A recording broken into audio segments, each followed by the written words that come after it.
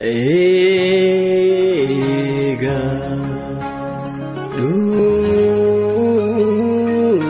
duga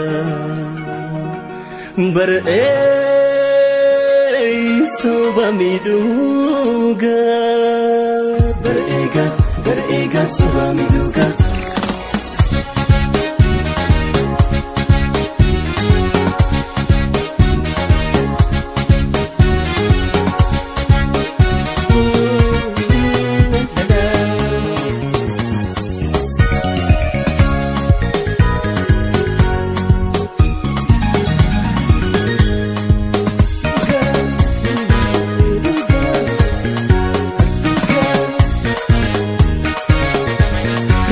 Makan ifin jijjiire ilmi namaa addunyumaaf sagal jijjiirama.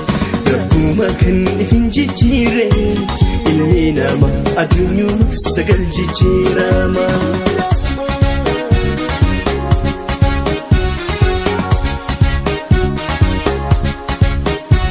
Gurraa iroo kooteedhaan wayila gandaaqanii ol jecha fanama maaliif batani arrani arrajide ya boruni kukoga malagam bitamu difne malifin hojjane haqa arrani arrajide ya boruni kukoga malagam bitamu difne malifin hojjane haqa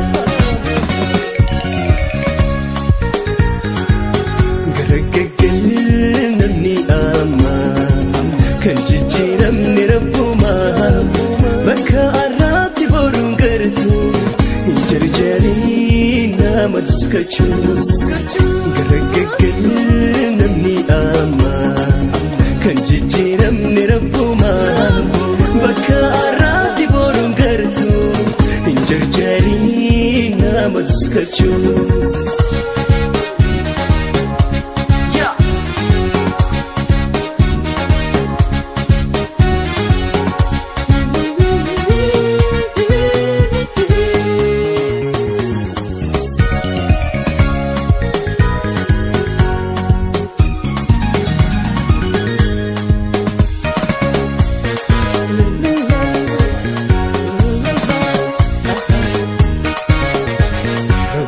Kan ifin jijjiire ilmi namaa addunyumaaf sagal jijjiirama. Rabbuma kan ifin jijjiire ilmi namaa addunyumaaf sagal jijjiirama.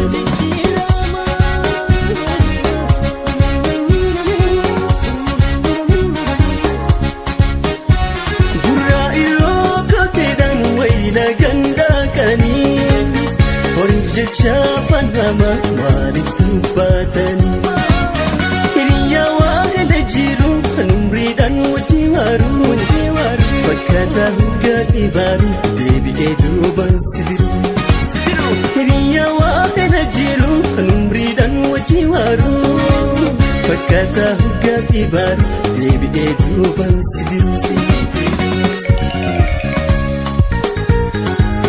garagaggal namni amma kan jijjiiramni rabbuma bakka arraatti boruun gartu hin jarjarii nama tuskachuu garagaggal namni amma kan jijjiiramni rabbuma bakka arraatti boruun gartu hin jarjarii nama tuskachuu. Ilma namaa jiru yoni fasse tu binama ruganama ega dunia wadami amanama ilmanama jiru yoni fasse tu binama